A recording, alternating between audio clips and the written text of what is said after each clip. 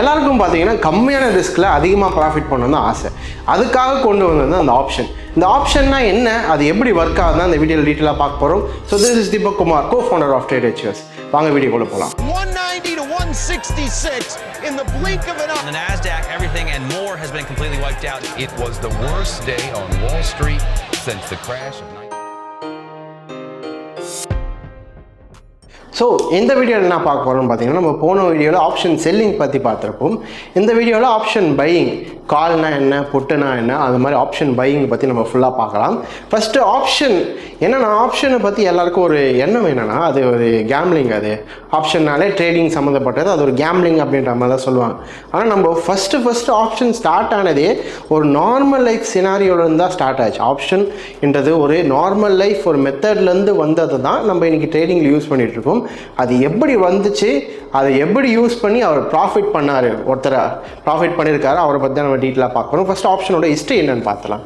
First ஒன்றும் கிடையாது, history of option. இவர் பேர் வந்து தேலிஸ் ஆஃப் மில்லட்டர்ஸ்ன்னு சொல்கிறாங்க. தேலிஸ் மில்லட்டர்ஸில் ஊரில் இருக்க ஒருத்தர்.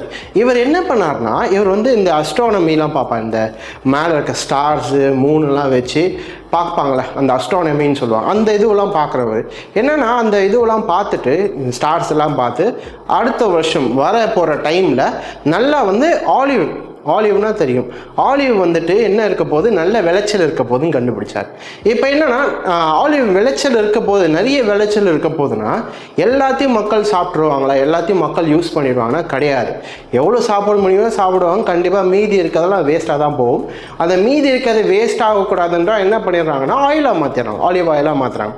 சும்மா நம்ம எக்ஸாம்பிள் சொன்னால் தேங்காய் எடுத்துக்கலாம். தேங்காய் எல்லாருக்கும் தெரியும். இப்போ ஃபார் எக்ஸாம்பிள் நான் என்ன பண்ணுறேன்னா, மேலே வந்து ஸ்டார்ஸ் எல்லாம் பார்த்து எனக்கு தெரியுது, ஓகே ஒரு அடுத்த வருஷம் இல்லை வரப்போகிற இயரில் வந்து தேங்காய் நல்ல விளைச்சல் இருக்க போதுன்னு தெரியுதுன்னா, முன்னாடியே நம்ம தேங்காய் நம்ம நல்ல விளைச்சல் வந்துருச்சுன்னா எல்லாத்தையும் சாப்பிட முடியாது, எல்லாத்தையும் யூஸ் பண்ண முடியாது.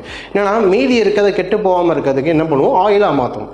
அவர் என்ன பண்ணிட்டாருன்னா, இதை பார்த்துட்டு முன்னாடியே இந்த செக்கெல்லாம் இருக்கும் தெரியும், செக்கு மிஷின் தெரியும், என்னென்னா எண்ணெயாக மாற்றுற மிஷினை என்ன பண்ணிட்டாருன்னா 6 மாதம் முன்னாடியே, இன்னும் விளைச்சல் வரல, அப்போலாம் அந்த மிஷின் என்ன இருக்கும்னா சும்மா தான் இருக்கும்.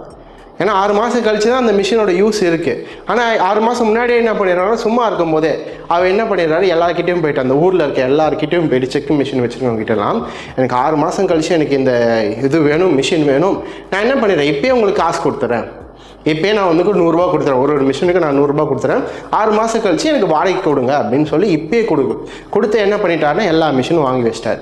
அதே மாதிரி 6 மாதம் கழிச்சு விளைச்சலும் நிறைய வந்துடுச்சு. இப்போ என்ன ஆச்சுன்னா, மக்கள் எல்லாரும் யூஸ் பண்ணுற அளவுக்கு யூஸ் பண்ணியாச்சு, மீதி எல்லாமே ஆயிலாக மாற்றணும். ஆயிலாக மாற்றுறதுக்கு செக்கு மிஷின் தேவைப்படுது. யார்கிட்ட வராங்கன்னா, இப்போ தான் எல்லோரும் யார்கிட்ட வராங்க, இந்த தேலிஸ் கிட்ட வராங்க. ஏன்னா எல்லா மிஷினும், அந்த ஊரில் இருக்க எல்லா மிஷினும் அவர் என்ன பண்ணிட்டாரு, நைஸாக வாங்கி வச்சிட்டாரு.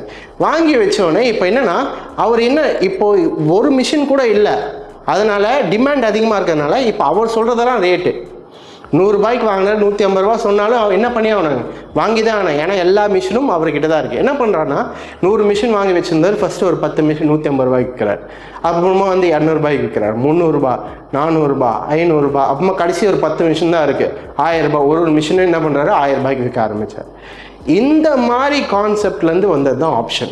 நல்லா புரிஞ்சுக்கோங்க. வெறும் 100 ரூபா தான் கொடுத்தாரு, 100 ரூபா கொடுத்துட்டு வெறும் லிமிட்டட் ரிஸ்க் தான். அவருக்கு அப்படி வரலன்னா அந்த வாங்கின இது என்ன இருக்கும், 100 ரூபா வந்து லாஸாக இருக்கும். ஆனால் ப்ராஃபிட் வந்தது பார்த்தீங்கன்னா 2 மடங்கு, 3 மடங்கு, 10 மடங்கு ப்ராஃபிட் வந்துருக்கு. அதனால தான் ஆப்ஷனில் என்ன சொல்லுவாங்கன்னா, லிமிட்டட் ரிஸ்க் அன்லிமிட்டட் ப்ராஃபிட்னு சொல்லுவாங்க. புரியுதுன்னு நினைக்கிறேன். ஏன்னா ஃபியூச்சரில் நடக்க போகிற விஷயத்த முன்னாடியே அவர் கணிச்சு என்ன பண்ணிடுறாரு, வாங்கி வச்சிடுறாரு. அதே தான் நம்ம ஆப்ஷன்லையும் சொல்லுவோம். நல்லா புரிஞ்சுக்கோ. ஆப்ஷன் கேம்லிங் சொல்கிறாங்கன்னா, தெரியாமல் பண்ணுறவங்க தான் கேம்லிங் சொல்லுவோம், தெரிஞ்சு பண்ணுறவங்க கேம்லிங் கிடையாது. ஏன்னா ஒரு ஃப்யூச்சரில் ஒரு விஷயம் நடக்க போகுதுன்னு தெரிஞ்சு என்ன பண்ணுறாரு, அனலைஸ் பண்ணி எடுக்கிறாரு. அதே மாதிரி ஆப்ஷன் எதுக்கு வந்துச்சு அது நல்லா புரிஞ்சுக்கணும். ஏன்னா ஆப்ஷன் எல்லாரும் சொல்லிடுறாங்க, ஆப்ஷனில் ட்ரேட் பண்ணுங்கள். ஏன்னா மார்க்கெட்டில் எந்த ஹையஸ்ட் வால்டாலிட்டி எதில் இருக்குது, ஹையஸ்ட் ட்ரேடிங் எதில் நடக்குது, ஆப்ஷனில் தான் நடக்குது.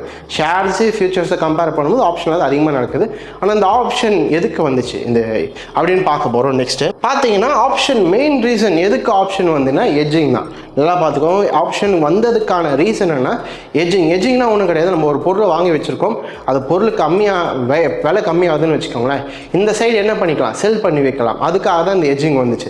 ஏன்னா நீங்கள் ஆப்ஷனில் நீங்கள் ஒன்றும் கிடையாது, நீங்கள் எடுத்து பாருங்கள், ஹிஸ்ட்ரியில் எடுத்து பார்த்தீங்கன்னா ஃபஸ்ட்டு ஆப்ஷன் வந்தது எதுக்குன்னா கமாடிட்டிக்கு தான் வந்துச்சு. என்ன பண்ணியிருப்பாங்கன்னா, ஒருத்தர் சும்மா ஒரு எக்ஸாம்பிள் சொல்கிறார், ஒருத்தர் வந்து கோல்டு ஸ்டோர் வச்சுருக்காருன்னு வச்சுக்கோங்க, கோல்டு தங்க மாளிகை வச்சுருக்காரு. கோல்டோட ப்ரைஸ் எப்போதுமே ஏறிக்கிட்டு இருக்குமா, கிடையாது. சம்டைம்ஸ் என்ன ஆகலாம், குறையலாம். இப்போ அவர் வந்து 5000 ரூபாய்க்கு ஒரு கிராமுக்கு வாங்கி வச்சிட்டாருன்னு வச்சுக்கலாம். ஒரு 6 மாதம் கழிச்சு அவர் வாங்கி வச்ச கோல்டு எல்லாமே இருக்குது, ஆனால் விலை வந்து 4500 ரூபாய்க்கு வந்துருச்சு. இப்போ அவர் என்ன பண்ணுற மாதிரி இருக்குது, 4500 ரூபாய்க்கு விற்கிற மாதிரி தான் இருக்கும். அப்போ அவருக்கு அந்த 500 ரூபா லாஸ் ஆகுதா? இந்த லாஸை வந்து அவர் வந்து என்ன பண்ணக்கூடாது, இது பண்ணுன்றதுக்காக தான் இந்த சைடில் என்ன பண்ணிப்பாங்கன்னா, மார்க்கெட்டில் போயிட்டு ஆப்ஷனில் வந்து இது பண்ணி வைப்பாங்க. புட்டுன்ற ஒரு இது இருக்குது. என்னென்னா, நம்ம நார்மலாக சொல்ல செல் பண்ணி வைப்போம், ப்ரைஸ் குறைய போகுதுன்ட்டு என்ன பண்ணுறாங்க, பெட் கட்டுறாங்கன்னு வச்சுக்கோங்களேன். பெட் கட்டி வைக்கிறாங்க. அப்போ என்ன ஆகிடும்னா, இதில் கம்மியாகிறது உங்களுக்கு எதில் ரெக்கவர் பண்ணி கொடுத்துரும், உங்களுக்கு ப்ரைஸு இந்த சைடு ட்ரேட் பண்ணியிருக்கால இதில் ரெக்கவர் பண்ணி கொடுத்துரும். இந்த எட்ஜிங் பர்பஸுக்காக கொண்டு வந்த ஆப்ஷன் ஃபஸ்ட்டு கமாடிட்டி கொண்டு வந்தாங்க. அதுக்கப்புறமா வந்து நம்மளுக்கு இப்போ பார்த்தீங்கன்னா ஸ்டாக்குக்கும் வந்து ஸ்டாக்குக்கும் நீங்கள் பண்ணிக்கலாம். இண்டெக்ஸ் மார்க்கெட்டுக்கும் நிஃப்டி, பேங்க் நிஃப்டி ட்ரேட் பண்ணுறவங்க கூட இதில் பண்ணிக்கலாம், ஆப்ஷனில் பண்ணிக்கலாம். ஆப்ஷனோட மீனிங் புரியுதுன்னு நினைக்கிறேன். முக்கால்வாசி ஆப்ஷனோட இது எதுக்கு வந்துச்சுன்னா, எட்ஜிங் பர்பஸ்க்காக. பை பண்ணி வச்சுருக்கீங்கன்னா ப்ரைஸ் கம்மியான லாஸ் வரக்கூடாது அப்படின்னு எட்ஜ் பண்ணி வைக்கிறதுக்காக தான் ஆப்ஷன் வந்துச்சு. ஓகே, நெக்ஸ்ட் என்ன பார்க்குறோன்னா, இந்த விஷயம் இது ரொம்ப முக்கியம். இப்போ வந்துட்டு நம்ம ஆப்ஷன் எதுக்கு வந்துச்சுன்னு பார்த்தாச்சு. ஆப்ஷனில் பார்த்தீங்கன்னா முக்கியமான 2 விஷயங்கள் என்ன பார்த்தீங்கன்னா, கால்னு சொல்லுவாங்க, புட்டுன்னு சொல்லுவாங்க. கால்னா ஒன்றும் கிடையாது, call is prediction for buy, மேலே போகுது அப்படின்னு சொல்லி பண்ணுறது தான் கால்னு சொல்லுவாங்க. புட்டு வந்து ப்ரெடிக்ஷன் ஃபார் செல், என்னென்னா ப்ரைஸ் கம்மியாக போகுது அப்படின்னு சொல்லி பண்ணுறது தான் புட்டு. வேணால் நான் உங்களுக்கு வரைஞ்சி காமிச்சேன், ஈஸியாக இருக்கும். கால்னால் நல்லா புரிஞ்சுக்கோங்க, ப்ரைஸ் எங்கே போகுதுன்னு அர்த்தம், மேலே போகுதுன்னு அர்த்தம். அதுவே புட்டுனா ப்ரெடிக்ஷன் ஃபார் செல், எங்கே வரப்போகுது, கீழே வரப்போகுது. இது எப்படி நம்ம யூஸ் ஆகுது, கால் புட்டு என்னென்னு நான் உங்களுக்கு இன்னும் டீட்டெயிலாக நான் சொல்லித்தரேன். ஓகே, இப்போ இந்த ஆப்ஷன் கால் எப்படி ஒர்க் ஆகுதுன்னு ஃபஸ்ட்டு பார்த்துலாம். என்னன்னா, ஒரு செல்லர் ஒருத்தர் பையர் ஒருத்தர் இருக்காரு வச்சுக்கலாம். செல்லர் என்ன பண்ணுறாரு, வீடு விற்கிறாரு, பையர் அந்த வீடு வாங்குறாங்க. இப்போ இவங்க 2 பேரும் என்ன பண்ணுறாங்க, ஒரு கான்ட்ராக்ட் மாதிரி போட்டுக்கிறாங்க. என்ன கான்ட்ராக்ட்னா, இந்த பையர் வந்து 10000 ரூபாய் கொடுக்குறாரு, ஒரு அட்வான்ஸாக டோக்கன் அட்வான்ஸாக இந்த வீடு லாக் பண்ணுறதுக்காக 10000 ரூபாய் கொடுக்குறாரு. 10000 ரூபாய் கொடுத்து என்ன பண்ணிடுறாருன்னா, லாக் பண்ணி வச்சுறாரு. என்ன சொல்கிறார், நான் 2 மாதம் கழிச்சு என்ன பண்ணிக்கிறேன், அந்த வீடை வாங்கிக்கிறேன்னு சொல்கிறாரு. அதே மாதிரி செல்லரும் கான்ட்ராக்ட் போட்டு அக்ரிமெண்ட் போட்டு 2 பேரும் வச்சுக்கிறாங்க. ஆனால் இந்த கான்ட்ராக்டில் என்னன்னா, நல்லா புரிஞ்சுக்கோங்க, இவர் வந்து 10000 ரூபாய் கொடுத்து வீடை மட்டும் லாக் பண்ணல, ப்ரைஸையும் லாக் பண்ணி வச்சுக்கிறாரு. ஏன்னா 10 லட்ச ரூபாய் தான், 2 மாதம் கழிச்சு எனக்கு என்ன எதில் தான் கொடுக்கணும், நீங்கள் அந்த வீடு ஏறினாலும் சரி இறங்கினாலும் சரி எனக்கு 10 லட்ச ரூபாய் கொடுத்துருங்க, 10 லட்ச ரூபாய் தான் கொடுக்கணும் அப்படின்ற மாதிரி கான்ட்ராக்ட் வந்து லாக் பண்ணி வச்சுறாரு. இந்த செல்லர் வந்து அட்வான்ஸ் லாக் பண்ணி வச்சுக்கிறார். என்னன்னா, 10000 ரூபாய் நான் கொடுத்துட்டேன், ஒன்றும் பிரச்சனை இல்லை, 2 மாதம் கழிச்சு நீ வீடு வாங்கிட்டா அதுலேருந்து கழிச்சிக்கலாம். இன்கேஸ் நீ வீடு வாங்கினா அந்த 10000 ரூபாய் எனக்கு தான். 2 பேரும் ஒரு கான்ட்ராக்ட். 2 பேரும் கான்ட்ராக்ட் என்னன்னா, இவருக்கு வந்து செல்லருக்கு வந்து வாங்கினா 10000 ரூபாய், இவருக்கு வந்து 2 மாதம் கழிச்சு அந்த ரேட் எவ்வளோ தான் இருக்கும், 10 லட்சம் தான் இருக்கும். 2 பேரும் கான்ட்ராக்ட் போட்டு வச்சுட்டாங்க. இப்போ ப்ரைஸ் ஏறினா என்ன நடக்கும், இறங்கினா என்ன நடக்கும், அதான் பார்க்க போகிறோம். இப்போ இன்கேஸ் லேண்டோட ப்ரைஸ் இறங்கிடுச்சுன்னு வச்சுக்கோங்களேன், 10 லட்ச ரூபாய் இருக்காது, இப்போ 8 லட்ச ரூபா வந்துருச்சுன்னு வச்சுக்கோங்களேன், இவருக்கு எவ்வளோ லாஸு, 8 லட்ச ரூபா, 2 லட்ச ரூபா லாஸ். ஏன்னா ப்ரைஸ் என்ன ஆச்சு, 2 லட்ச ரூபா கம்மியாயிடுச்சு. இப்போ இவர் வாங்குவாரான்னு கேட்டிங்கன்னா வாங்க மாட்டார். ஏன்னா 8 லட்ச ரூபா இருக்க பொருளை 10 லட்ச ரூபா கொடுத்து வாங்கினா அவருக்கு தான் லாஸ். அதனால் என்ன பண்ணுவார்னா வாங்க மாட்டார். ஆனால் அவரோட அட்வான்ஸ் என்ன ஆகிடும், 10000 ரூபாய் அவரோட அட்வான்ஸ் வந்து போயிடும். அப்போ அவருக்கான லாஸ் எவ்வளோன்னு பார்த்தீங்கன்னா, வெறும் 10000 ரூபாய் தான் லாஸ். இன்கேஸ் அவர் வந்து வீடை வாங்கலைன்னா அவருக்கான லாஸ் எவ்வளோ இருக்கும், வெறும் 10000 ரூபாய் தான் இருக்கும். இன்கேஸ் லேண்டோட ப்ரைஸ் ஏறிடுச்சு, 10 லட்சத்துலேருந்து 12 லட்சம் போயிடுச்சுன்னா அப்போ 2 லட்சம் எக்ஸ்ட்ரா இருக்குது.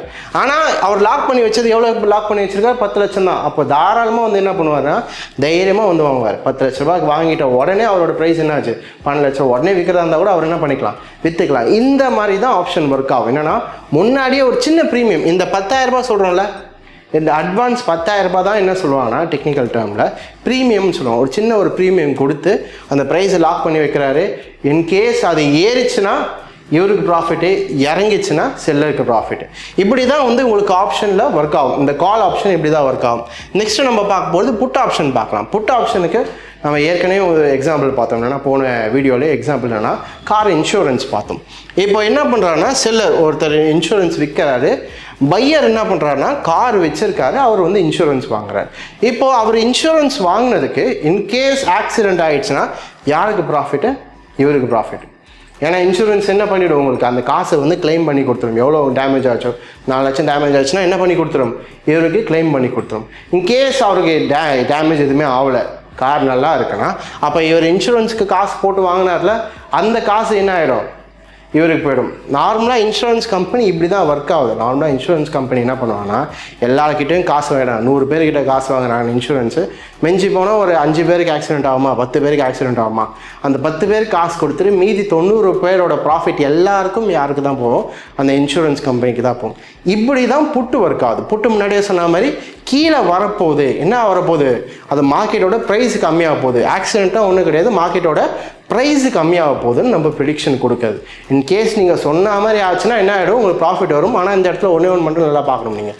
ஏன்னா இந்த இடத்துல அவர் என்ன பண்ணுறாருனா, இன்சூரன்ஸ் வாங்குறாருனா கார் இருக்கிறதுனால தான் இன்சூரன்ஸ் வாங்குறாரு. கார் இருக்கிறதுனால தான் அவர் என்ன பண்ணியிருக்காரு, இன்சூரன்ஸ் வாங்கியிருக்காரு. ஆனால் நம்ம இன்றைக்கி ட்ரேட் பண்ணும்போது எப்படி ட்ரேட் பண்ணுறோன்னா, வெறும் இன்சூரன்ஸ் மட்டும் தான் வாங்கிட்டு இருக்கோம், வெறும் ஆப்ஷனில் மட்டும் தான் ட்ரேட் பண்ணிட்டுருக்கோம். அதனால தான் முன்னாடி சொன்னேன், எதுக்கு ஆப்ஷன் வந்து எட்ஜிங் வந்துச்சு. எட்ஜிங்காக தான் ஆப்ஷன். என்னென்னா கார் வச்சுருக்கீங்க, ஷேர்ஸ் வச்சுருக்கீங்க, அது ப்ரைஸ் கம்மியாகக்கூடாதுன்றதுக்காக தான் எதை நம்ம ஆப்ஷனை வாங்கி வைக்கணும். ஆனால் இப்போ என்ன பண்ணிட்டோன்னா, எல்லாருக்கும் முன்னாடியே சொன்ன மாதிரி கம்மியாக இருக்குது, கம்மியாக கொடுத்து அதிகமாக ப்ராஃபிட் பண்ணுறோம். ஒரு 10,000 ரூபாய் கொடுத்துட்டு ஒரு 2 லட்ச ரூபா ப்ராஃபிட் பண்ணுறோம். இந்த மாதிரி வந்ததுனால தான் எல்லோரும் இப்போ எதுக்கு போயிட்டாங்க, எல்லோரும் பார்த்தீங்கன்னா ஆப்ஷன் முன்னாடியே சொன்ன மாதிரி ஷேர்ஸோ ஃப்யூச்சர்ஸோ கம்பேர் பண்ணும்போது ஆப்ஷனில் தான் நிறைய ட்ரேடிங் நடக்குது. ஆனால் மக்களுக்கு என்னென்னா தெரியல. ஏன்னா நான் நிறைய பேர்கிட்ட கேட்கும் போது எதில் சார் பண்ணுறீங்க அப்படின்னு கேட்டேன்னா, நிஃப்டியில் பண்ணுறேன். நிஃப்டியில் எதில் பண்ணுறீங்கன்னு கேட்டிங்கன்னா ஆப்ஷன்னு சொல்லுவாங்க.